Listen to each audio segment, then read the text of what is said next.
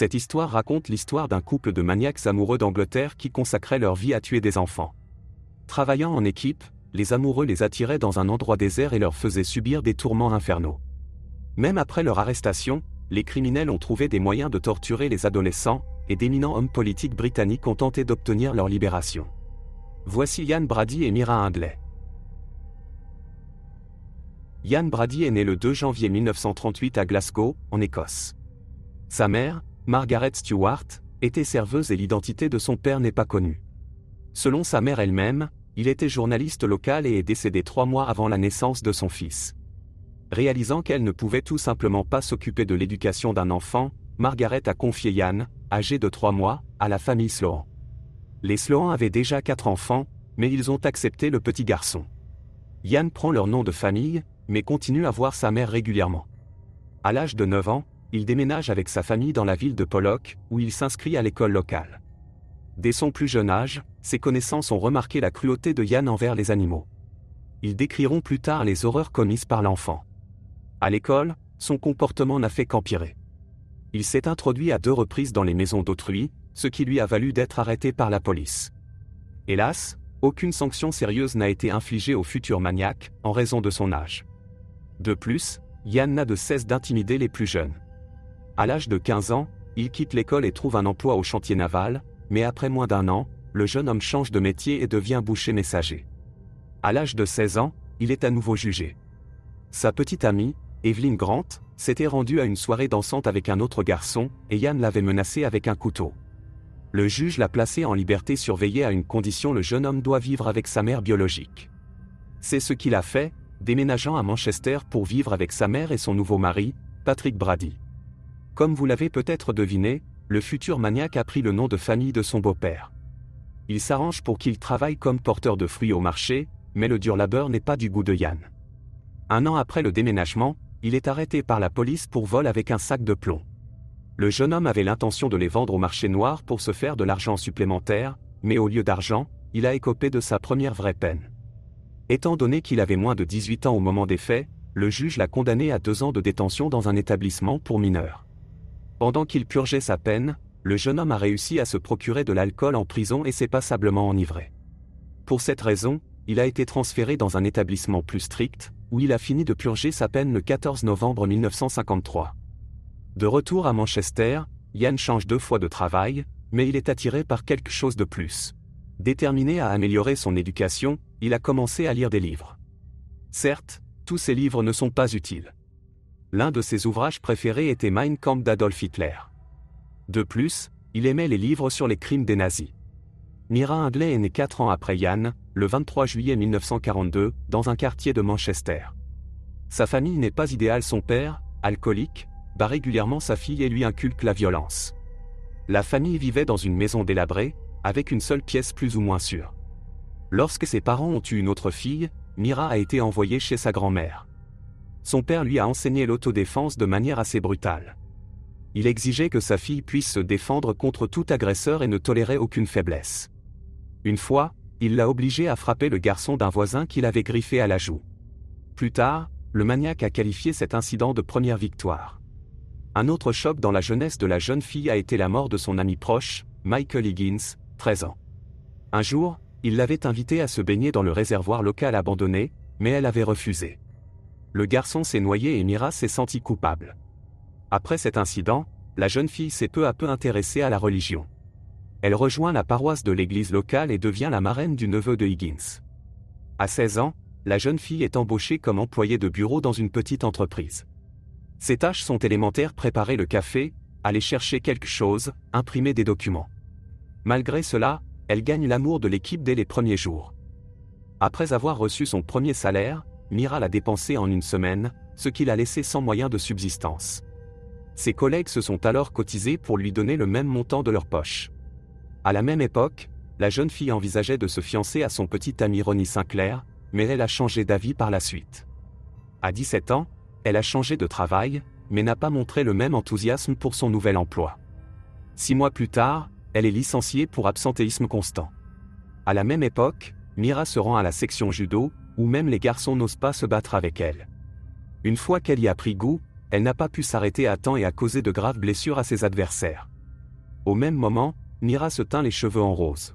Les futurs maniaques se sont rencontrés chez Miloir, où elles ont toutes deux trouvé un emploi.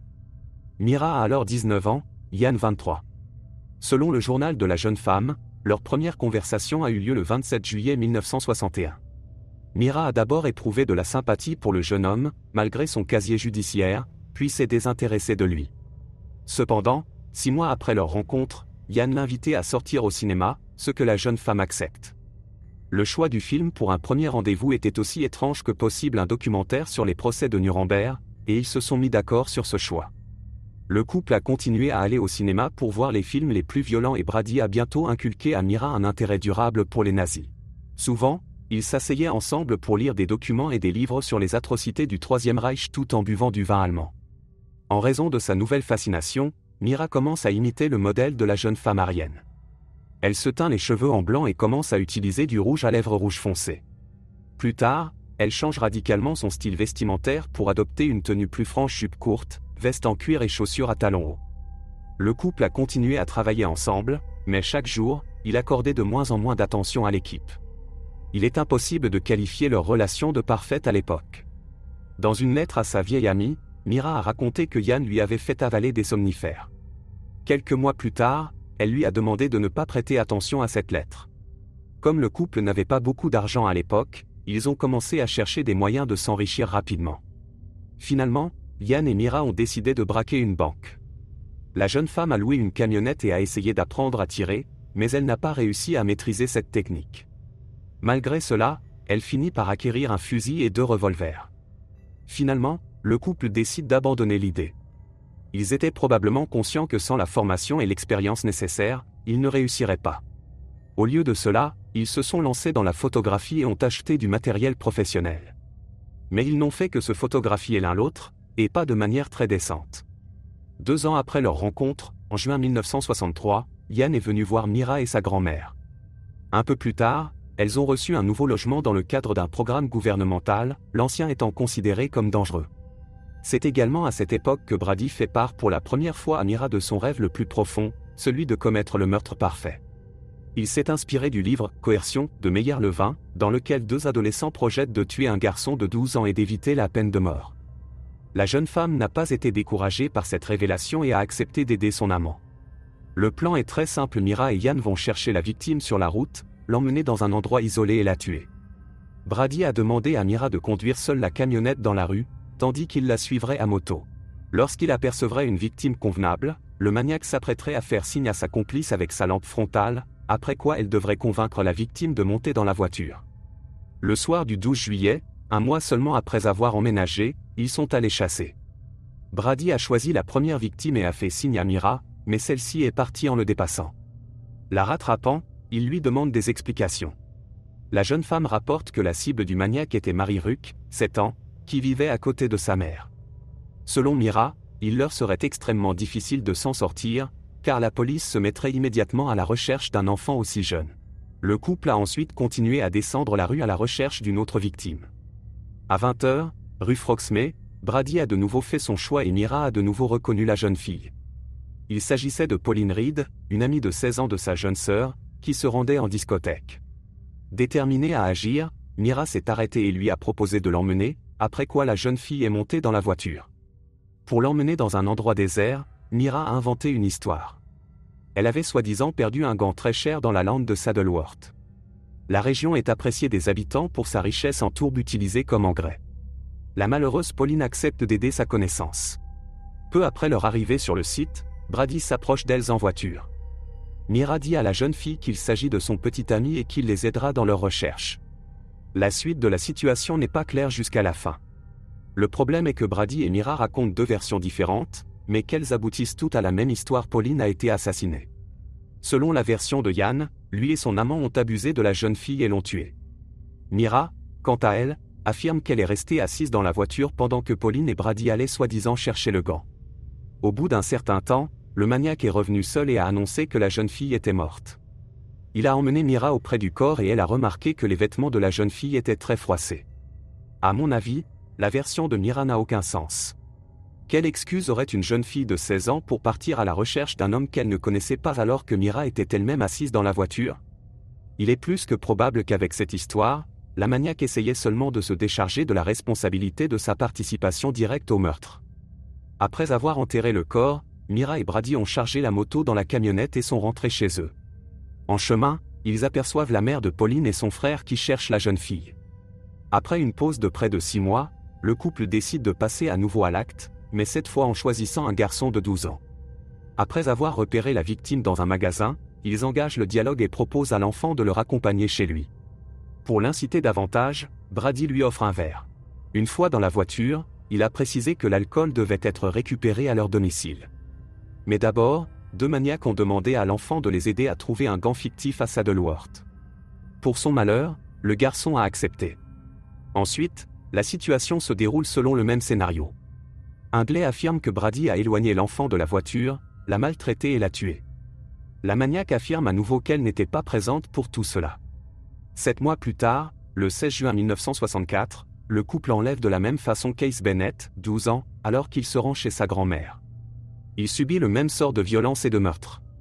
La police, qui ignorait à l'époque l'existence des tueurs en série, a d'abord arrêté le beau-père du garçon, mais n'a trouvé aucune preuve contre lui. Le meurtre suivant a également été commis 6 mois plus tard, le 26 décembre 1964.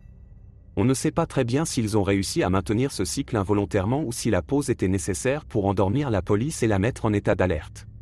Vous conviendrez que si des enfants commencent à disparaître les uns après les autres dans une ville relativement petite, les forces de l'ordre consacreront toute leur énergie à l'arrestation du maniaque. Mais revenons au 26 décembre de cette année-là. Il reste peu de jours avant la nouvelle année et Noël, et Ian et Mira décident d'offrir à leur ville un autre cadeau désagréable. Cette fois, le scénario a radicalement changé. Ils ont cherché leur nouvelle victime dans la cour de récréation. Il s'agit de Leslie Ann Downey, 10 ans. Éparpillant des sacs d'achat près de la voiture, les maniaques ont demandé à la fillette d'aider à la collecte.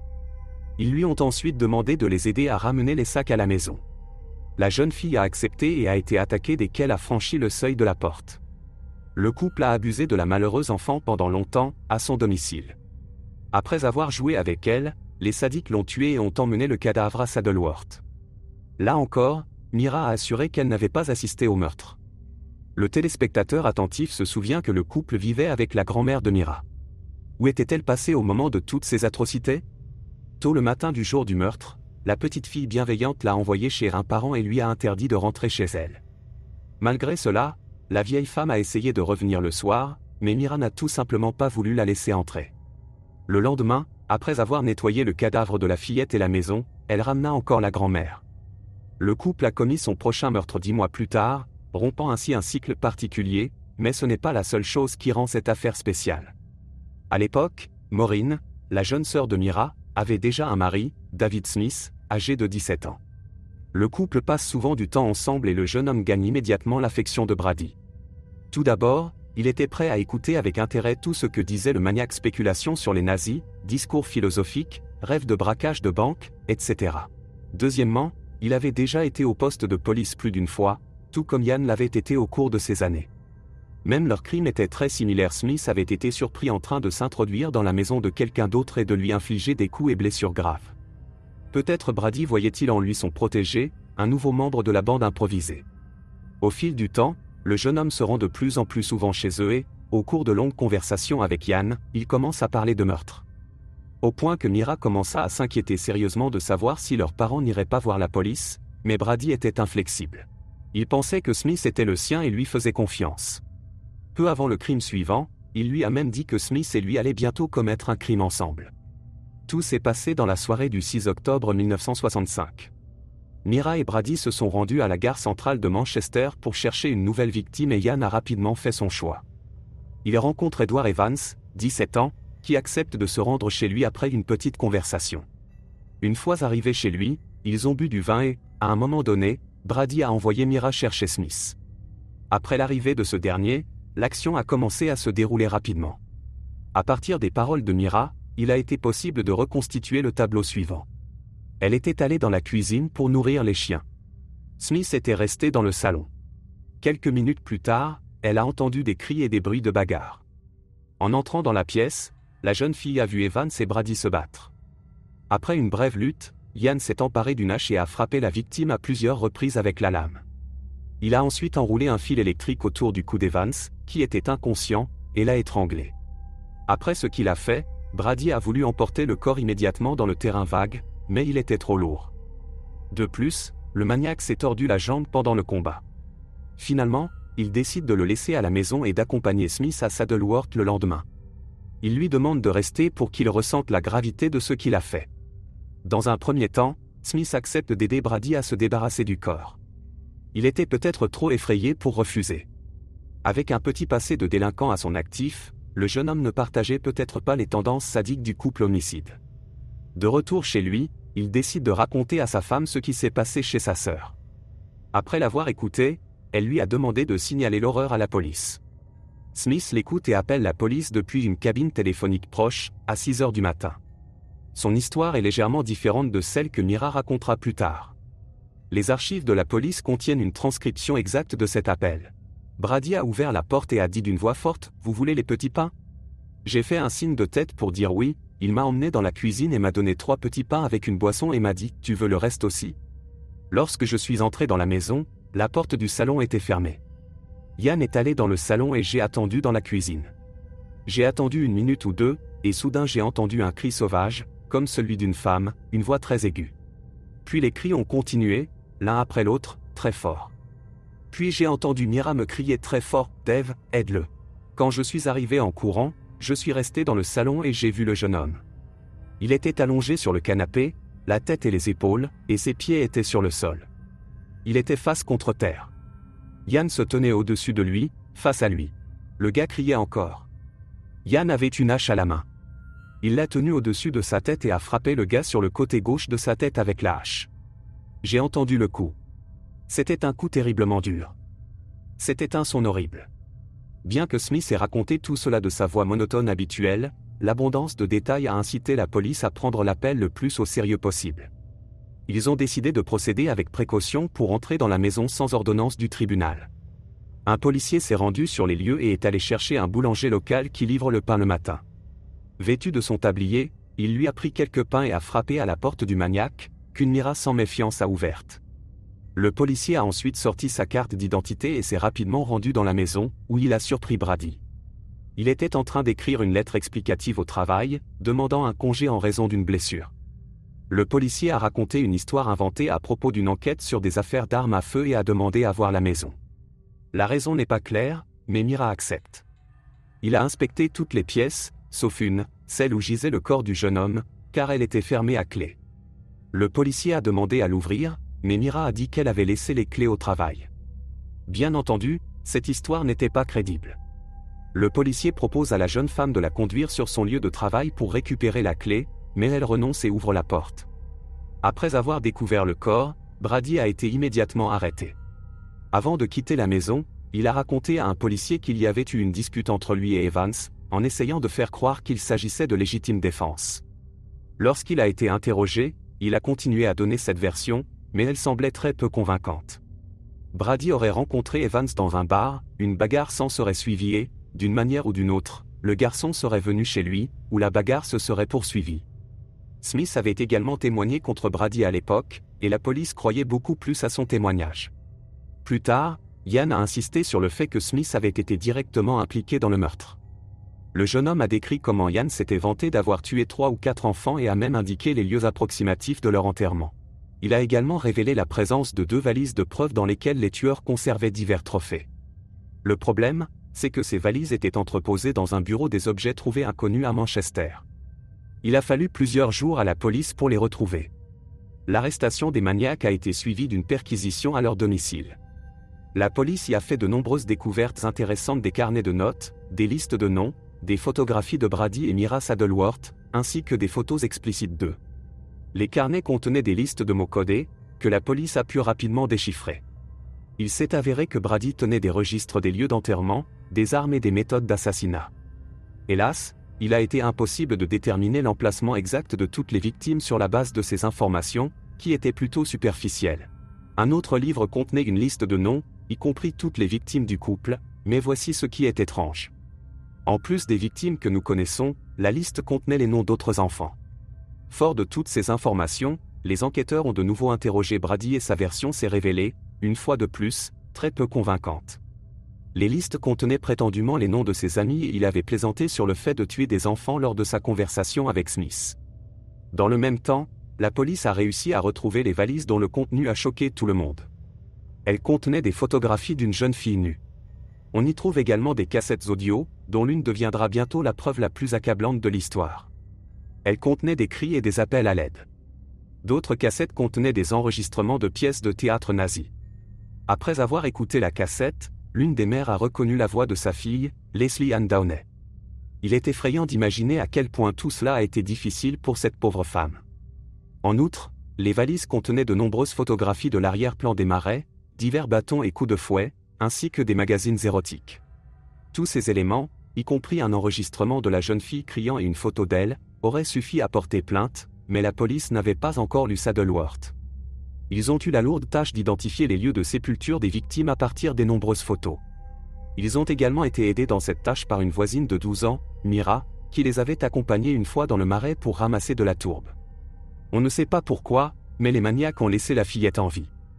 La culpabilité de Myra et de Brady dans une telle affaire aurait peut-être été évidente. 150 agents ont participé à la recherche des corps dans les marais. Dans un premier temps, ils se sont concentrés sur la zone située près de la route A628, mais plus tard, sur la base des déclarations des témoins, ils se sont déplacés vers la route A635. C'est là qu'ils ont fait leur première découverte. Le 10 octobre, la police a remarqué une main sortant du sol. En raison du degré de décomposition du corps, l'identité de l'enfant n'a pu être confirmée qu'après l'examen. Il s'est avéré qu'il s'agissait de Leslie Ann Downey. 11 jours plus tard, la police découvre le corps de John Kilbride. Au même moment, Brady et Myra sont accusés du meurtre de Leslie et prolongent leur garde à vue. Malgré ce bagage de preuves, Ian a continué d'essayer d'alimenter la police avec des histoires peu convaincantes afin d'éviter d'être puni. Interrogé sur l'origine des photos de la petite fille nue prise dans la maison des Hindley, il n'a pas nié les avoir prises. Il insiste cependant sur le fait que la fillette a été amenée chez eux par 2 hommes, puis emmenée vers une destination inconnue. En raison de l'arrivée de l'hiver, la police interrompt temporairement ses recherches dans les marais, mais un dossier quasiment gagnant-gagnant s'est déjà constitué contre Myra et Brady. Le 19 avril 1966 s'ouvre l'un des procès les plus médiatisés de l'histoire britannique. Les 2 amants sont accusés du meurtre d'Edward Evans, de Leslie Downey et de John Kilbride. L'enregistrement même des derniers mots de la petite Leslie a constitué un tournant décisif. L'affaire l'a entendu de la première à la dernière seconde. Les journalistes présents ont qualifié l'enregistrement de preuve la plus accablante jamais déposée sur le bureau du juge. Le procès a duré plus de 2 semaines et, le 6 mai, le tribunal a déclaré les maniaques coupables, les condamnant à la perpétuité dans des prisons différentes. C'est le dernier jour où ils se sont vus. Le couple entretint une correspondance active, mais au fil des ans, leur ferveur s'estompa et leurs lettres se firent de plus en plus rares. Le procès est resté dans les mémoires pour un autre moment intéressant. David Smith, qui est devenu le principal témoin, a signé un contrat avec un journal local, en vertu duquel il s'engageait à donner une interview exclusive au cas où Myra et Brady seraient condamnés. Le journal lui a versé 1000 livres sterling pour cela, ce qui représentait une somme assez importante à l'époque. Smith et sa femme ont dépensé l'argent pour des vacances dans un hôtel français 5 étoiles, ce qui a irrité le juge. Il a estimé qu'une telle transaction était inappropriée, mais qu'il ne pouvait rien y faire dans le cadre de la loi. Depuis lors, l'histoire de Myra et Brady s'est scindée en 2 lignes, mais elle n'était pas terminée. En 1974, Ian a réussi à changer de prison pour finalement rester à Wormwood Scrubs. C'est là que commence la partie la plus intéressante. Le maniaque a réussi à abuser d'enfants pendant qu'il était en prison. Comment cela est-il possible? Peu après son transfert à Wormwood Scrubs, Brady, qui avait été placé en isolement, a entamé une grève de la faim. Il était mécontent de l'interdiction qui lui était faite de fréquenter d'autres détenus. Les autorités pénitentiaires ont décidé que le tueur d'enfants rejoindrait rapidement l'au-delà. À la suite de sa perte de poids spectaculaire, le maniaque a été transféré dans l'aile de l'hôpital, où sa vie a pris de nouvelles couleurs. Il est autorisé à regarder la télévision et à faire le ménage. À la même époque, des jeunes délinquants souffrant de troubles mentaux ont été admis dans l'aile hospitalière de la prison. En 1981, l'un de ces adolescents a déclaré que Brady l'avait forcé à avoir des contacts intimes. Par la suite, des déclarations similaires de la part des victimes sont apparues à plusieurs reprises. Profitant de l'accès à des coins isolés de la prison en tant que concierge, Ian y conduisait ses victimes. Lorsque les responsables de la prison l'ont appris, il a été interdit de nettoyage, mais aucune autre charge n'a été retenue contre lui. Plus intéressant encore, il a été laissé dans l'aile de l'hôpital, à côté des mêmes adolescents. Il est difficile de comprendre comment une telle chose est possible, mais le médecin-chef de la prison ne pouvait rien y faire. La loi britannique stipule que les prisonniers doivent être aidés et Brady en a fait un usage habile. Il menaçait de reprendre sa grève de la faim chaque fois qu'il parlait d'être transféré dans sa cellule. En 1982, une décision sévère est prise, le maniaque est transféré dans une autre prison où les conditions sont plus strictes. Cependant, 3 ans plus tard, en 1985, Brady est déclaré fou. Grâce à cela, un autre transfert l'attendait, à l'hôpital psychiatrique d'Ashworth. Beaucoup d'entre vous se sont peut-être demandé comment un sadique aussi viol avait pu non seulement mener une vie confortable en prison, mais aussi faire son sale boulot avec des adolescents. La réponse vous surprendra peut-être. Le comte de Longford, Frank Pakenham, l'un des principaux hommes politiques de l'époque, l'a aidé à obtenir des faveurs et des privilèges. Brady l'a approché alors qu'il était en prison, et le comte s'est rapidement rangé de son côté. Bien sûr, il n'était pas question d'aider à faire tomber les accusations, mais Ian n'y comptait pas. Pakenham l'a aidé à rester à l'hôpital en faisant lui-même appel au ministre de l'Intérieur britannique.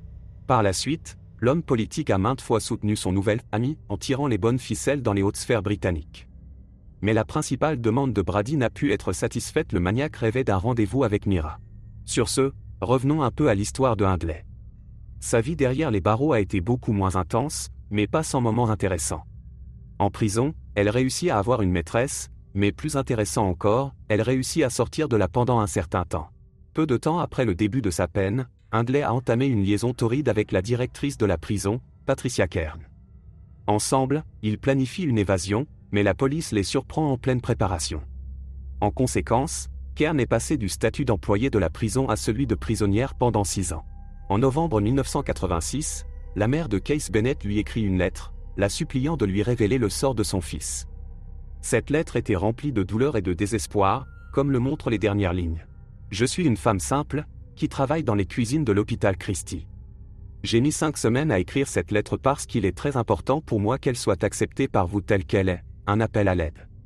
S'il vous plaît, mademoiselle Hindley, aidez-moi. » Il est impossible de dire avec certitude si Hindley a été touchée par cette lettre ou s'il y avait d'autres motifs, mais elle a accepté de participer à l'expérience d'enquête.